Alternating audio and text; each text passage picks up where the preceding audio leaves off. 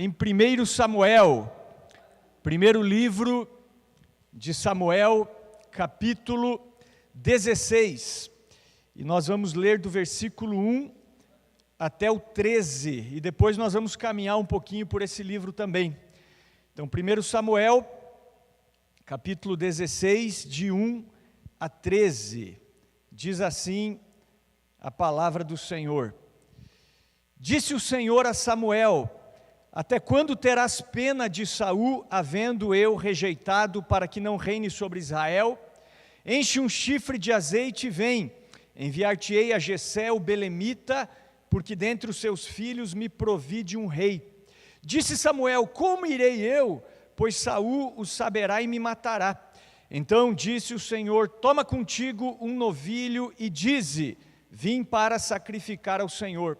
Convidarás Jessé para o sacrifício, e eu te mostrarei o que hás de fazer, e ungir-me-ás quem eu te designar. Fez, pois, Samuel o que dissera o Senhor, e veio a Belém. Saíram-lhe ao encontro os anciãos da cidade, tremendo, e perguntaram: é de paz a tua vinda?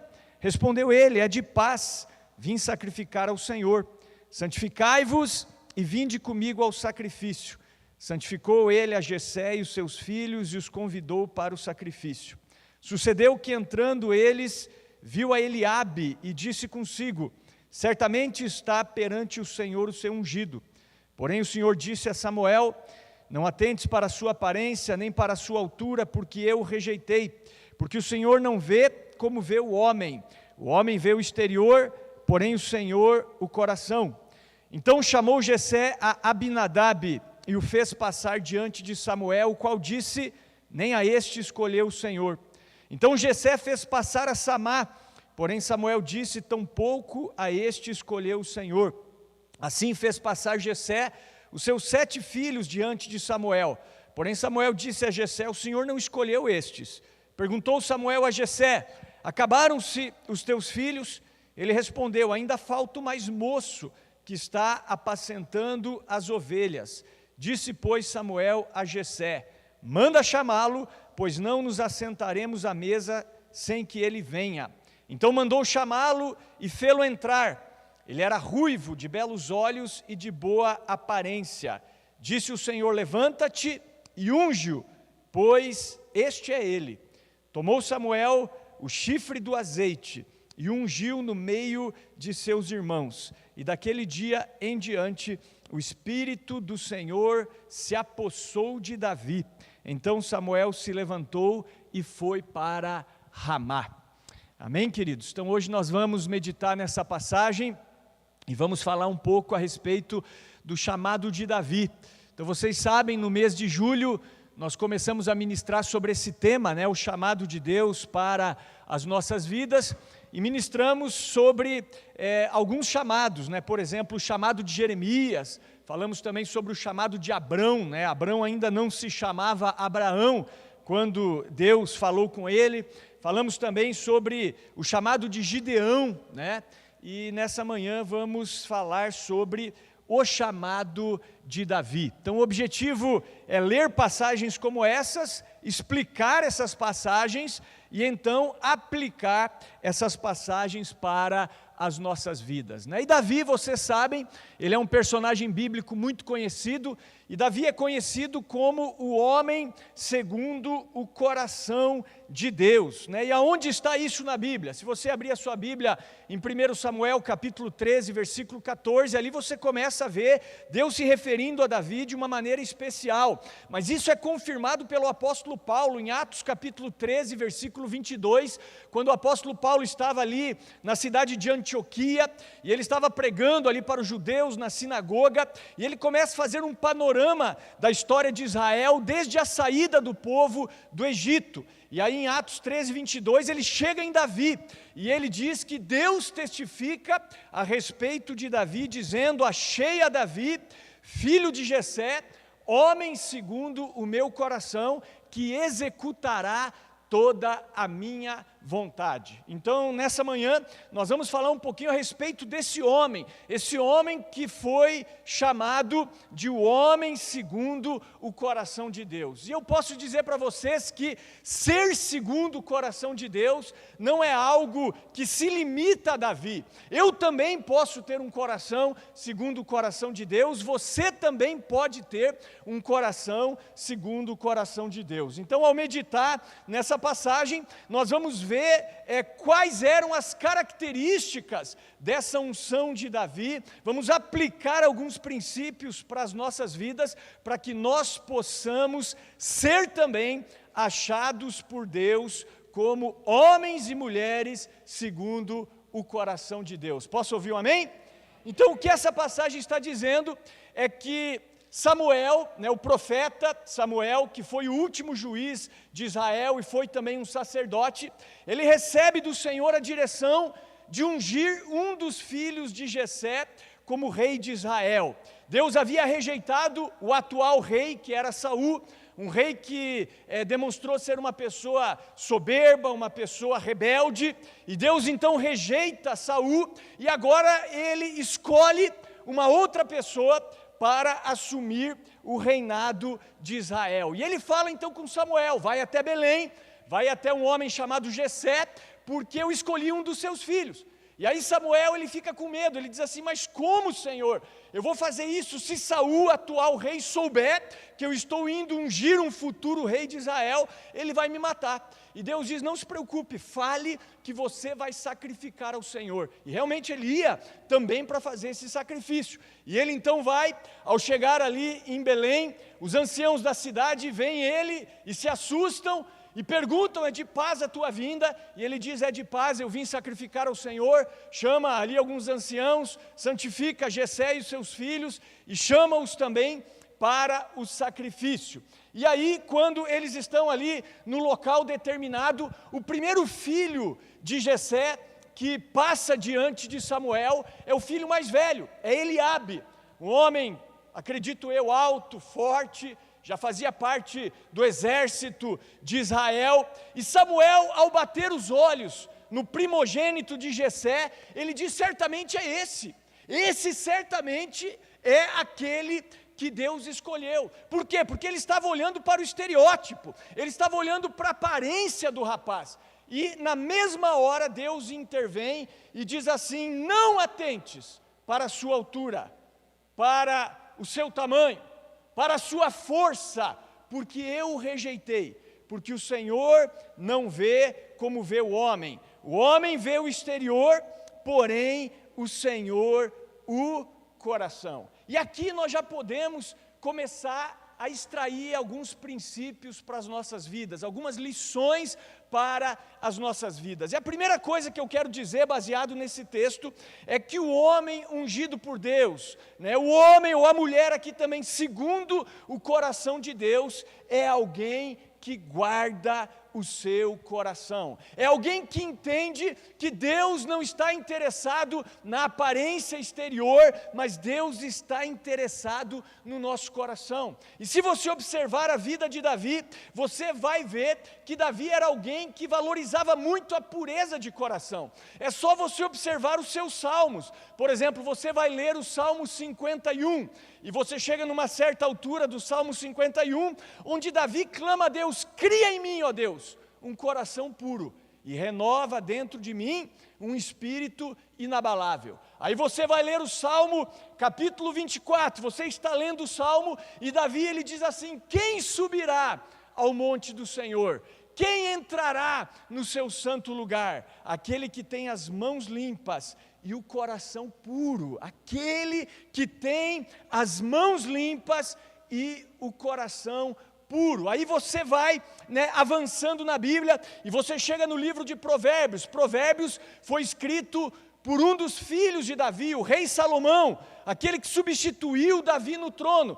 E aí você chega no capítulo 4 de Provérbios, versículo 23, que é talvez um dos versículos chaves do livro, e ali Salomão diz, sobre tudo que se deve guardar, guarda o teu coração, porque dele procedem as saídas da vida. Então nós vemos que o homem, segundo o coração de Deus, é alguém que valoriza o seu interior, é alguém que busca em Deus uma purificação interior. Ele não se preocupa com a aparência exterior, mas ele se preocupa com o seu coração. E quando você vai para o Novo Testamento, você vê que Jesus, ele fez duras críticas aos escribas, aos fariseus, aos homens religiosos da sua época. E as críticas de Jesus eram exatamente nesse sentido. Por exemplo, ele chamou os fariseus de sepulcros caiados. O que Jesus quis dizer com isso? Jesus disse assim, por fora vocês são bonitos, estão adornados, mas por dentro vocês estão cheios de ossos, cheios de carniça, cheios de podridão. E Jesus disse a eles, fariseu cego, limpa primeiro o interior do copo e do prato, para que o exterior também fique limpo. Então Jesus, ele estava dizendo, ei, vocês se preocupam demais com aparência, com estereótipo, vocês se preocupam demais com o que as pessoas pensam a respeito de vocês, mas o interior de vocês está cheio de maldade, está cheio de hipocrisia, está cheio de pecado. É isso que Jesus disse. E numa das passagens clássicas, onde Jesus critica os fariseus estavam ali questionando Jesus a respeito dos discípulos, né? Os discípulos, eles comiam, por exemplo, sem lavar as mãos. E os judeus, eles tinham o hábito de se lavar muitas vezes, de passar por vários rituais de purificação antes de se alimentar. E os fariseus chegam para Jesus, por que os teus discípulos comem sem lavar as mãos? E aí Jesus olha para eles e diz assim, o que contamina o homem não é o que entra pela boca. O que contamina o homem é o que sai da boca, porque o que entra pela boca vai para o ventre e depois é lançado fora, mas o que sai da boca procede do coração, e do coração procedem os maus pensamentos, os furtos, os adultérios, os homicídios e as blasfêmias, e são essas coisas que contaminam o homem, mas o comer sem lavar as mãos não contamina o homem. Então nós vemos Jesus dizendo, ei, vocês estão olhando da maneira errada, estão olhando de fora para dentro.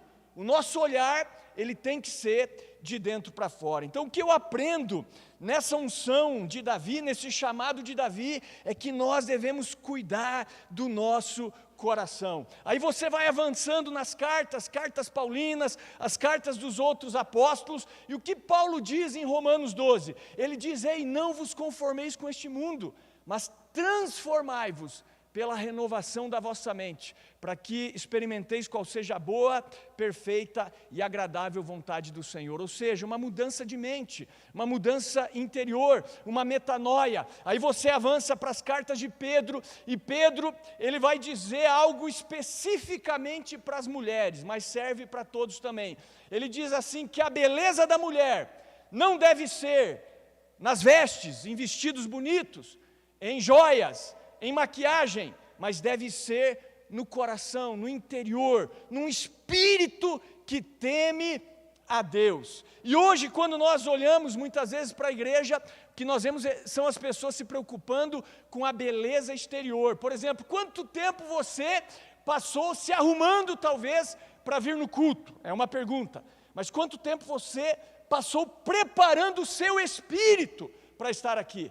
Buscando a Deus, para que esse fosse um tempo de adoração, onde você estivesse preparado, preparada para receber a palavra do Senhor. Então muitas vezes nós estamos nos preocupando com o exterior. Você vê às vezes a rede social de cristãos não difere em nada das redes sociais do mundo, né? Nós vemos às vezes sensualidade dentro da igreja, barrigas, decotes, coisas expostas. Pedro está dizendo, ei, não, a beleza, ela não deve ser exterior. A beleza, ela deve ser interior, deve ser no coração, deve ser uma beleza espiritual. E quando você limpa o seu interior, automaticamente o exterior fica limpo também. É isso que Jesus disse, né? Jesus disse, ei, fariseu cego, limpa o interior do copo e do prato, para que o exterior também fique limpo, né? Então quando o interior é limpo, o exterior é uma consequência, né? Até isso me faz lembrar a época em que eu ainda era solteiro, já faz tempo, tá, irmãos? Já vai para quase 24 anos. E quando Deus me mostrou a minha esposa, né? Ela tinha Apenas 15 anos, irmãos, né?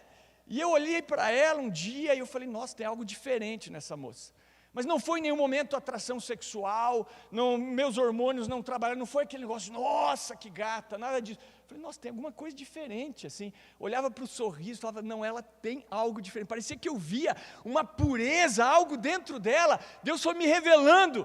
E eu falei, não, é diferente, isso aqui não é como eu estou acostumado a ver, né? Não é uma beleza exterior, né? Não que ela não tivesse, mas eu consegui ver ali o seu coração, né? E fui tendo convicção de que essa era a pessoa com quem eu queria casar e era a vontade de Deus também para a minha vida. Então por que muitas vezes nós falhamos na igreja? Por que muitas vezes o trabalho na igreja é um trabalho assim que não anda? Porque nós muitas vezes focamos nas coisas exteriores. Nós queremos um aprimoramento exterior da pessoa, não, tem que ser uma obra interior. Quando Deus muda o nosso coração, o exterior é mudado automaticamente também, né? Então, por exemplo, se para você é difícil fazer a obra de Deus, se para você é difícil viver uma vida que agrada a Deus, é porque você não teve teu interior mudado ainda. Porque quando o nosso interior é mudado, se torna leve fazer a vontade de Deus. Se torna prazeroso obedecer a lei e os decretos de Deus. Não sou eu quem digo. Quem diz isso é o próprio Senhor.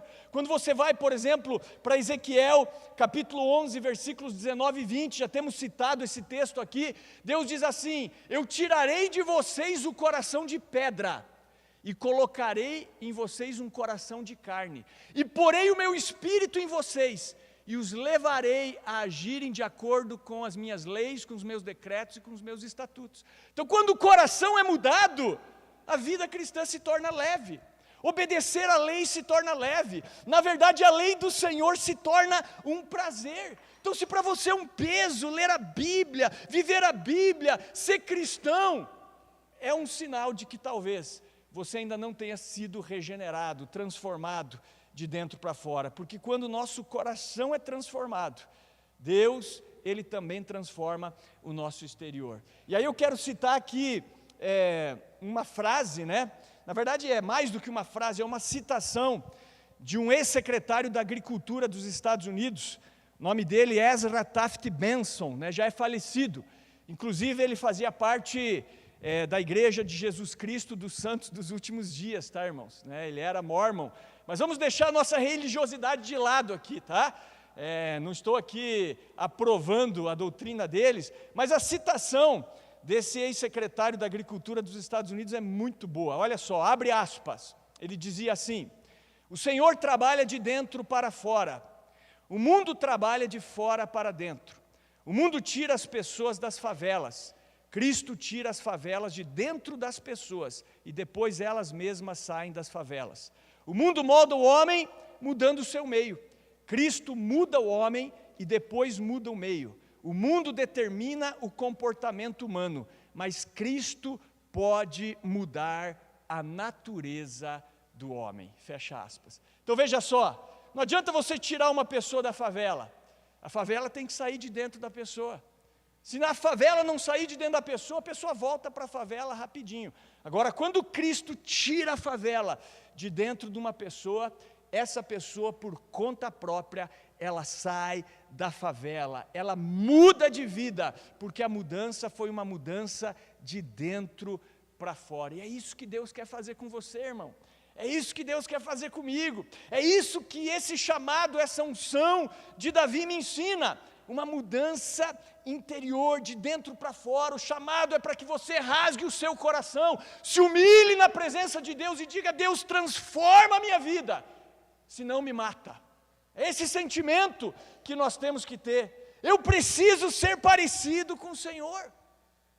Por exemplo, quando você vai ler ali o livro do profeta Amós, né, citei Amós, né, que foi chamado quando ele era boiadeiro e colhedor de figos silvestres, né, de sicômoros. Amós, ele tem uma visão de um cesto de frutos de verão, ou de frutos maduros, e aqueles frutos representavam o povo de Israel. E aí quando você vai interpretar a visão, né, você vê o que Deus queria dizer com aquilo. O que é um fruto maduro? Um fruto maduro é um fruto que aparentemente ele está bonito, mas por dentro ele já começou a apodrecer. né? Então esse é o problema do fruto maduro. Apesar de ainda estar com uma aparência boa, se ele não for consumido, ele já está começando a estragar. E Deus está dizendo para o povo de Israel: assim são vocês, como um cesto de frutos maduros, ou seja, vocês têm uma boa aparência, mas por dentro vocês estão estragados, né? Então por isso que Jesus falou muito sobre isso, inclusive nas bem-aventuranças, ali no Sermão do Monte, né? Uma das bem-aventuranças, Mateus capítulo 5, versículo 8, ele diz: bem-aventurados, felizes, os limpos de coração, porque eles verão a Deus. Amém? Então o chamado de Deus para a comunidade cristã Nova Jerusalém, nessa manhã, é um chamado semelhante ao chamado de Davi, de nós olharmos para dentro de nós pedirmos: Senhor, lança luz no meu coração, Senhor, cria em mim um coração puro, renova dentro de mim um espírito reto, porque eu quero ser como o Senhor. Posso ouvir um amém?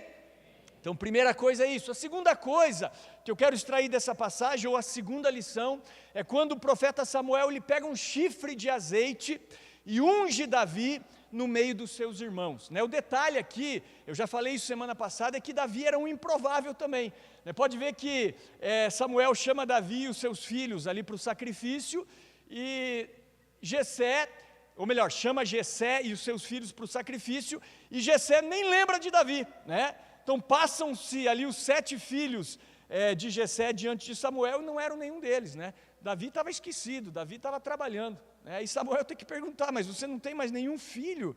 Ah, tem um, mais moço, está trabalhando, está apacentando as ovelhas, né? Então Davi, ele era um improvável, talvez nem o pai dele acreditava, né, que ele pudesse ser ungido do Senhor e o escolhido de Deus, né? Então Deus, ele realmente escolhe as coisas loucas desse mundo para confundir as sábias, né? Mas Samuel, então, ele pega esse chifre cheio de azeite. O detalhe do chifre é muito importante, porque se você for ler um pouco antes a unção de Saul, que foi o primeiro rei de Israel, Saul ele foi ungido num vaso de barro, né? Um vaso, algo frágil. E você vê que o reinado de Saul foi um reinado frágil, especialmente a nível de caráter desse rei. Mas Davi não, ele é ungido no chifre do azeite. E o chifre fala de sacrifício, fala de força, fala de perseverança, né? Porque para que aquele chifre estivesse ali na mão do profeta, foi necessário o sacrifício de um animal, né? Então Davi, ele teve esse reinado de sacrifício, de força, de perseverança. E eu afirmo com convicção que a perseverança é a qualidade mais importante dos vencedores, daqueles que realizam aí o propósito de Deus nas suas vidas, né? Então o que falta para as pessoas muitas vezes é perseverança. Por quê? Porque a vida cristã, de maneira geral, e o próprio ministério, não é uma corrida de 100 metros, irmãos, né? Então nós estamos até aí numa época olímpica, né? Então vale a pena falar sobre isso. Ontem eu acompanhei a final dos 100 metros ali, feminino, né? Então as mulheres, elas fizeram 100 metros em pouco mais de 10 segundos, né? Foi mais ou menos isso. Acho que os homens fazem abaixo dos 10, né? Enfim, não lembro agora o recorde mundial dos homens, mas enfim, né? A vida cristã não é uma corrida de 100 metros, né? Rapidinho, as coisas acontecem e você tem a tua medalha no peito. Não, a vida cristã e a vida ministerial é uma maratona, irmão. Então precisa de fôlego, precisa de preparo. E é isso que falta para muitas pessoas, porque o sucesso, na verdade, é quando você vai fazendo as coisas que precisam ser feitas e não desanima, e continua em frente, e segue. Não é isso que Paulo falou: e não nos cansemos de fazer o bem, porque no tempo certo colheremos, se não desanimarmos. Se não desanimarmos, necessitais de perseverança, para que depois de haverdes feito a vontade de Deus, alcanceis a promessa. Então a vida cristã é uma vida que exige perseverança. Ministério exige perseverança. Se você é uma pessoa que oscila, se você é uma pessoa que quer as coisas rápidas para ontem, não vai dar, você vai se frustrar. E aí é uma palavra para as gerações mais atuais, né?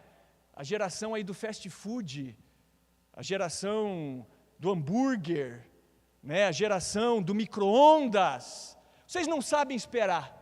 Vocês recebem muito estímulo pronto, rápido, sem esforço nenhum. É isso que a tecnologia faz com vocês. Vocês não sabem pagar preço para nada.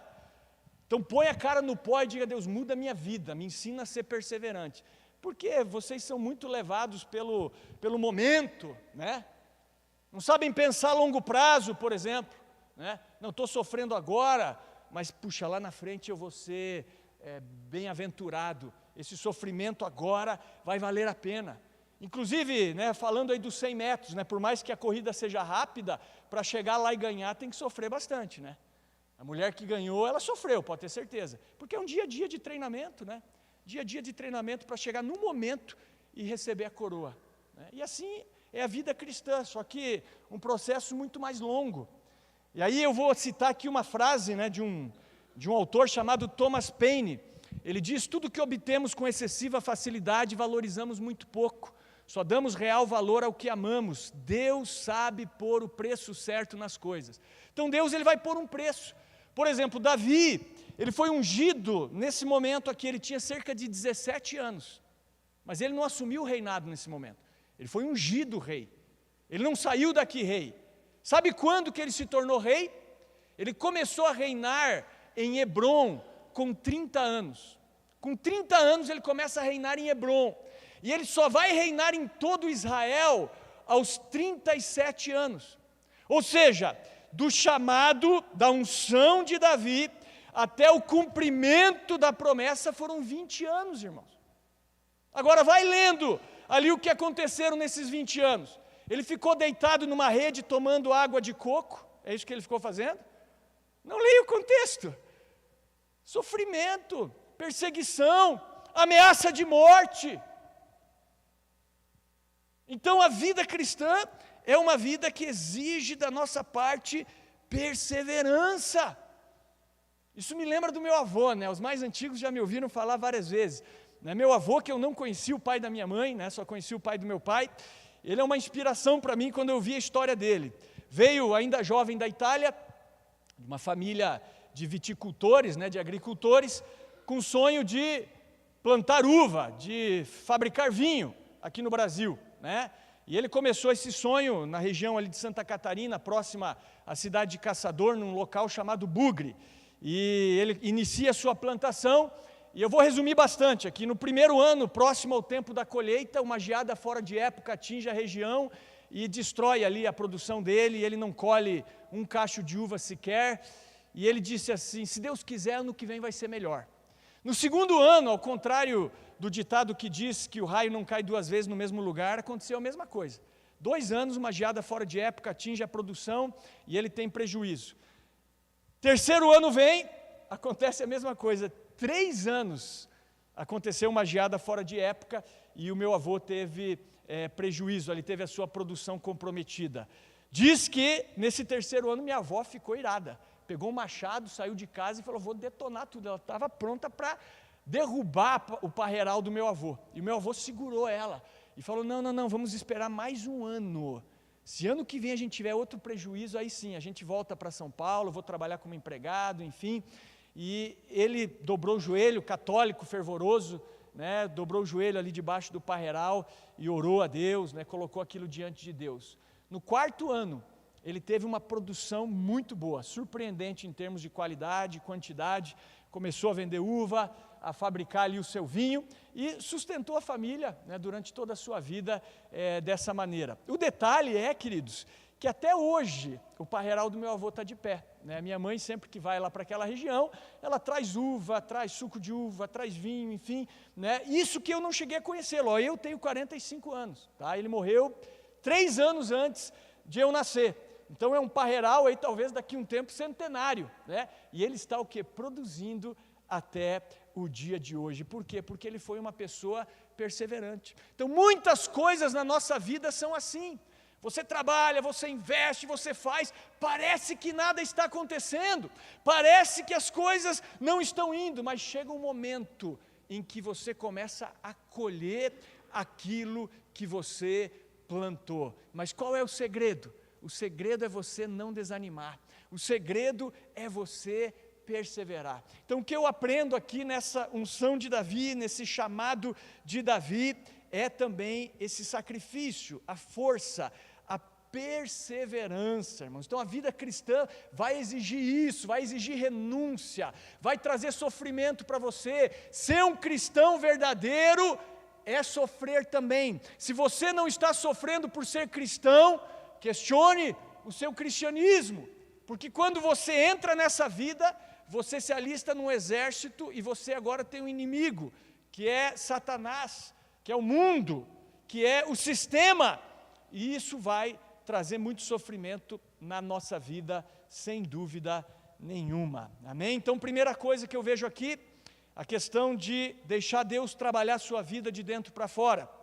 Segunda questão é o sacrifício, a força, a perseverança.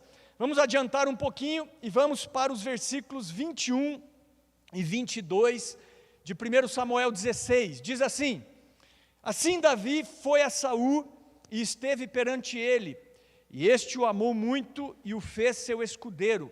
Saul mandou dizer a Jessé: deixa estar Davi perante mim, pois me caiu em graça. Então nós vemos que depois de ser ungido rei de Israel, ele vai servir o rei atual como escudeiro. Saul ele começa a ter problemas, como Deus o rejeitou, um espírito maligno da parte do Senhor, inclusive, começa a oprimir Saul, a possuir Saul. E Saul fica endemoniado. E aí Davi era um tocador de harpas, né? E eles chamam Davi para tocar harpa para Saul. E quando Davi estava ali tocando harpa, o espírito maligno saía de Saul, ele sentia alívio. E aí Saul ele começa a conhecer Davi, e Davi passa a servir Saul, ele se torna o escudeiro do rei. O que é um escudeiro? É alguém que leva a arma, ali a espada, o escudo, que cuida da armadura do rei, que cuida ali das coisas do rei. Então veja só que interessante, o cara é ungido rei, e agora ele está servindo o rei rejeitado, o rei atual. Então o que eu vejo aqui na vida de Davi? Eu vejo um coração de servo, queridos. Então a unção de Davi, o chamado de Davi, foi um chamado para ser servo, amém? Para ser servo, né? Quando você vai para a Bíblia e vai estudar sobre a questão de ser servo, uma passagem que a gente não pode negligenciar é aquela passagem de Marcos, capítulo 10, se não me engano, a partir do versículo 35, onde a mãe, né, de Tiago e João, que eram os filhos de Zebedeu, ali os filhos do trovão, ela chega para Jesus e diz assim: Senhor, permita que na tua glória os meus filhos se assentem ao teu lado, um à tua direita e um à tua esquerda. Ela faz esse pedido para Jesus. Resumindo aqui a história, os outros 10 ficam indignados com Tiago e João. Eles ficam bravos: pô, tua mãe vem aqui pedir para Jesus, para vocês se assentarem um do lado direito, outro do lado esquerdo. Eles ficam muito bravos. E aí Jesus chama os discípulos e traz um ensinamento. E ele diz assim: ó, se vocês quiserem ser os primeiros, sejam os últimos. Se vocês quiserem ser os maiores, sejam aqueles que servem. Porque o Filho do Homem não veio para ser servido, mas veio para servir e dar a sua vida em resgate de muitos. Então você quer ser grande, meu irmão? Então sirva. Quer ser o maior? Seja o menor. Davi entendeu isso, foi servir o rei atual. Porque hoje, por que eu falo isso? Porque hoje todo mundo quer ser líder, né? Todo mundo quer estar por cima. Vai numa livraria evangélica ou uma livraria secular também, né? Vá ali na parte que fala de liderança, vai lá. Nossa, irmão, falta livro.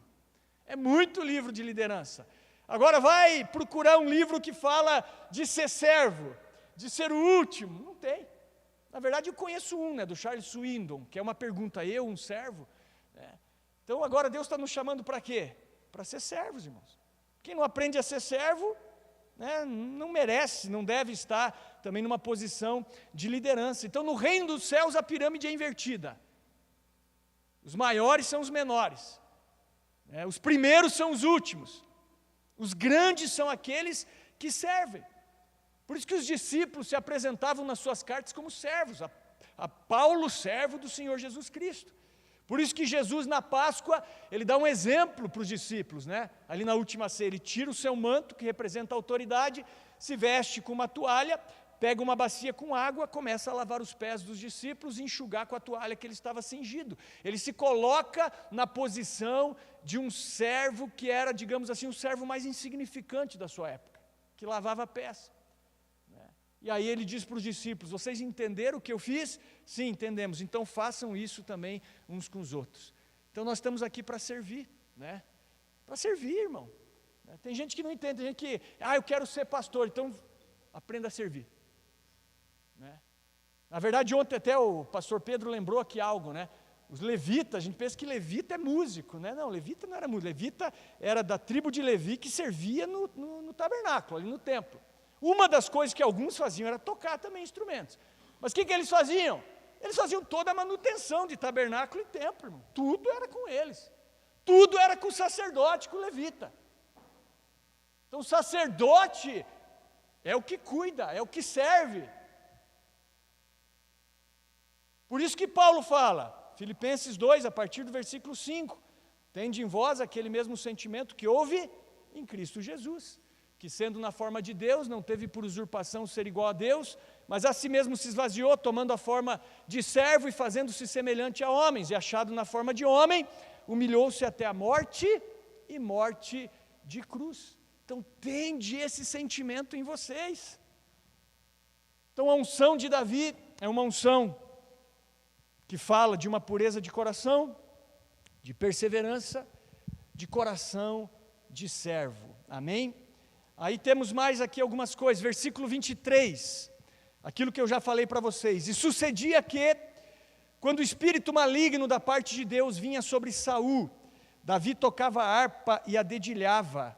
Então Saul sentia alívio e se achava melhor, e o espírito maligno se retirava dele. Então nós vemos aqui que Davi ele era um adorador, né? Não era só dedilhar uma harpa, era adorar a Deus mesmo, né? E quando ele estava ali na presença de Saul, o espírito maligno tinha que sair. Então essa unção é uma unção de adorador, de alguém que entende que nasceu para adorar a Deus. E adoração, queridos, é você dar prazer a Deus. Então você não está aqui à toa nesse mundo. Digamos assim, das lições que nós aprendemos nesse texto, e um dos propósitos de Deus para nós, é que sejamos verdadeiros adoradores, amém? Quando uma adoração verdadeira é feita a Deus, demônio tem que sair, né? Então demônio tem que sair, então nós temos que ser verdadeiros adoradores, e uma igreja que entende esse princípio de adorar a Deus, amém? Vamos lá que tem mais alguns pontos, aí vamos para o capítulo 17, versículo 26, aqui a gente tem uma quinta lição dessa unção de Davi. Só vou ler o 26 e vou contar o contexto. Diz assim: então falou Davi aos homens que estavam consigo, dizendo: que farão aquele homem que ferir a este filisteu e tirar a afronta de sobre Israel? Quem é, pois, esse incircunciso filisteu para afrontar os exércitos do Deus vivo? Então o que a gente vai ver aqui é que a unção de Davi foi também uma unção de guerra. Davi, ele foi ungido para ser um guerreiro, né? O que aconteceu no contexto dessa passagem? Davi foi até o campo de batalha dos israelitas, eles estavam em batalha contra os filisteus, e ao chegar lá, ele foi lá para levar o mantimento para os seus irmãos, que faziam parte do exército, e ao chegar lá foi exatamente no momento onde um guerreiro filisteu chamado Golias estava afrontando os exércitos de Deus, e o gigante estava dizendo: ei, mais ou menos assim, eu quero um de vocês, o melhor guerreiro de vocês para lutar comigo. Se me vencer, vocês vencem a batalha. Se eu vencer vocês, nós vencemos a batalha. Era um homem de grande estatura, guerreiro desde a mocidade, e nenhum israelita tinha coragem de lutar com ele. Porque, olha só para você entender, naquela época existiam alguns tipos de batalha. Uma delas é quando um exército ia contra o outro, frente a frente. E existia uma batalha onde o melhor soldado de um exército lutava contra o melhor soldado de outro exército. É uma luta mano a mano, é tipo um UFC hoje da vida, né? Só que com armas, até a morte mesmo, né? E quem vencesse subjugava os inimigos. E como os filisteus tinham esse gigante, esse guerreiro poderoso humanamente falando, ele ia lá até a linha de frente de batalha dos israelitas e intimava algum israelita para lutar com ele, e ninguém tinha coragem. Quando Davi chega, era exatamente no momento que o filisteu estava desafiando os israelitas. E aí ele conversa, o que está acontecendo aí? E uma pessoa diz para ele, pois é, ninguém quer lutar com o gigante, mas saiba, se alguém lutar com o gigante e vencer, a família vai ser livre de impostos em Israel, e o rei vai dar a filha dele em casamento, vai se tornar genro do rei. Davi ouve aquilo e fala, o quê? Peraí, sério? Então se eu ganhar a batalha, eu não vou mais pagar imposto, e eu vou ser genro do rei? Pergunta para outro, é exatamente isso, ele diz assim, quem é esse incircunciso filisteu para desafiar os exércitos do Deus vivo? Olha só o cara, varão de guerra, falou, pode deixar, deixa com o pai aqui, papai está aqui, não se preocupe, papai chegou. E aí a notícia chega até Saul, tem um rapaz lá que falou que vai lutar. Né? Saiba que a Bíblia ela não é cronológica, dá a impressão que Saul não conhecia Davi. Como que no capítulo 16 Saul conhece Davi, parece que no 17 não, porque às vezes a história não é cronológica, tá? Aí apresentam Davi para Saul, e aí Saul diz, não dá, você é menino, você é um jovem, né? Enfim, aquele cara é guerreiro desde a mocidade, não tem como, você vai apanhar. Ele falou, não rei, pode deixar comigo, saiba, eu sou pastor de ovelhas, e eu pastorei as ovelhas do meu pai no deserto, e quando um leão vem atacar as ovelhas, um urso, já tive experiência, eu arranquei a ovelha das garras do leão, do urso, me levantei contra o urso, contra o leão. Se Deus me livrou do urso e do leão, vai me livrar desse incircunciso filisteu. Ele convence o rei dessa maneira, e o rei fala, então tá bom. E aí coloca a armadura dele em Davi, Davi tenta andar com a armadura, não consegue, não tinha conforto naquilo, né? Não tem como você lutar com a arma do outro, com a armadura do outro. Ele falou, não, vou do meu jeito, pode deixar. Pega o cajado dele de pastor, pega uma funda, né, que é um instrumento de arremessar pedras, vai até o riacho, 5 pedrinhas lisas, coloca no seu alforge e vai para a linha de frente da batalha. Quando o gigante vê ele se aproximando, o gigante fala, meu Deus, você acha que eu sou algum cachorro? O gigante fala, você vem a mim com pedra, com pau, né? Não, e amaldiçoou Davi em nome dos seus deuses. Davi recua? Davi pipoca? Não, Davi parte para o ataque. Davi diz assim, você vem a mim com espada, com lança, com escudo, mas eu vou até você em nome do Senhor dos exércitos, o Deus de Israel, a quem você afrontou. E saiba, nesse dia eu vou cortar a tua cabeça, eu vou dar a tua carne às aves do céu e às bestas feras do campo. E vai para cima, irmão. Põe a pedra no alforge, roda e na testa do gigante, né? E alguns, quando você vê aí filmes, o gigante caiu de costas. Não, o gigante caiu de frente, né? Quando a pedra bate na testa dele, ele cai de frente, bum, rosto na terra. E Davi corre, pega a espada do próprio gigante e decepa a cabeça do gigante. Naquele momento, os judeus, né, os hebreus, eles ficam machos, né? E parte para cima dos filisteus, né? E aí é uma vitória ali esmagadora. Mas o que eu aprendo com isso? Eu aprendo que Davi era varão de guerra, irmão. Varão de guerra. Não retrocedia, não voltava atrás, ia para cima, ia para frente. A vida cristã é olhar para frente, não é olhar para trás. Aconteceu, não importa, siga a tua vida. Olha para frente. Então, um cara guerreiro, um cara que não retrocedia. Então, o que eu aprendo com a unção de Davi? Eu aprendo a buscar a pureza do meu coração, aprendo a ser uma pessoa perseverante, aprendo a ser um servo, aprendo a ser um adorador, aprendo a ser um guerreiro, aprendo a ser uma pessoa de habilidade. Vamos lá para o capítulo 18, agora só vou citar para ir finalizando a mensagem. Capítulo 18, versículo 5. Diz assim, saía Davi, aonde quer que Saul enviava, e se conduzia com prudência, de modo que Saul o pôs sobre as tropas do seu exército, e era ele benquisto de todo o povo, até dos próprios servos de Saul. Então aqui nós vemos que ele era um cara prudente, habilidoso, que dava o seu melhor, que tinha qualidades para realizar o serviço. Então é uma unção de prudência, de habilidade. Versículo 14 do capítulo 18 ainda, olha só, isso aqui faz parte de todo o chamado. Davi lograva bom êxito em todos os seus empreendimentos, pois o Senhor era com ele. Amém? Se você observou em todos os chamados que nós estudamos aqui, Deus prometeu: eu vou ser contigo, eu vou ser contigo, eu vou ser contigo. José, eu vou ser contigo. Josué, eu vou ser contigo. Gideão, eu vou ser contigo. Jeremias, eu vou ser contigo. Moisés, eu estarei com você. Então você mais Deus, repito o que eu falei semana passada, é sempre maioria. Importante é Deus estar com você. E finalmente, a última lição que nós podemos extrair dessa história, capítulo 22, vamos avançar um pouquinho, versículos 1 e 2, aqui Davi já estava fugindo de Saul, aqui Davi já não era mais servo de Saul, porque Saul estava querendo matar, porque entendeu que Davi era o próximo rei. Diz assim, 1 Samuel 22, 1 e 2, Davi retirou-se dali e se refugiou na caverna de Adulão. Quando ouviram isso, seus irmãos e toda a casa de seu pai desceram ali para ter com ele.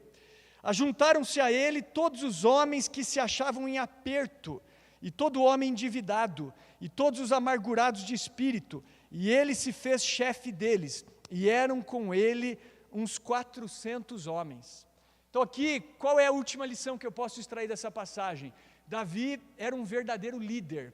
Ele era uma pessoa que influenciava. Porque o que é liderança, irmão?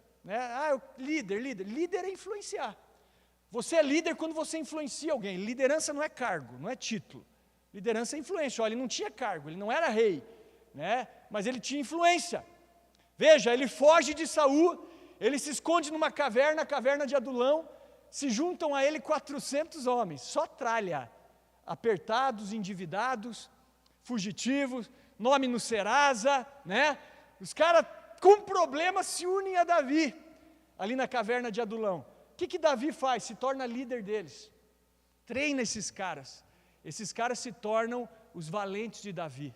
O primeiro exército de Davi é formado por essa galera aqui, um bando de Zé Ninguém, rejeitados pela sociedade, endividados, amargurados de espírito, rejeitados pela família, né? Esses caras se tornam os valentes de Davi. Por quê? Porque Davi era um verdadeiro líder, uma pessoa que não fugia das responsabilidades, uma pessoa de verdadeira influência.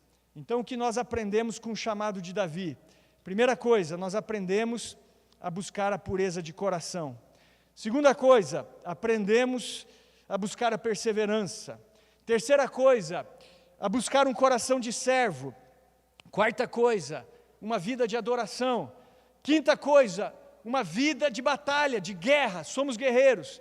Sexta coisa, buscar habilidades para cumprir esse propósito que Deus tem para nós. Sétima coisa, o Senhor está conosco. E última coisa, ser influência por onde quer que nós passarmos, amém? Então, o homem que recebe a unção de Deus, ele não é influenciado, ele é quem influencia. Ele não se deixa levar pelo mundo, mas ele vai influenciar o mundo ao seu redor. Posso ouvir um amém? Glória a Deus. Vamos ficar de pé, sem demoras, aí já vamos chamar a equipe de louvor.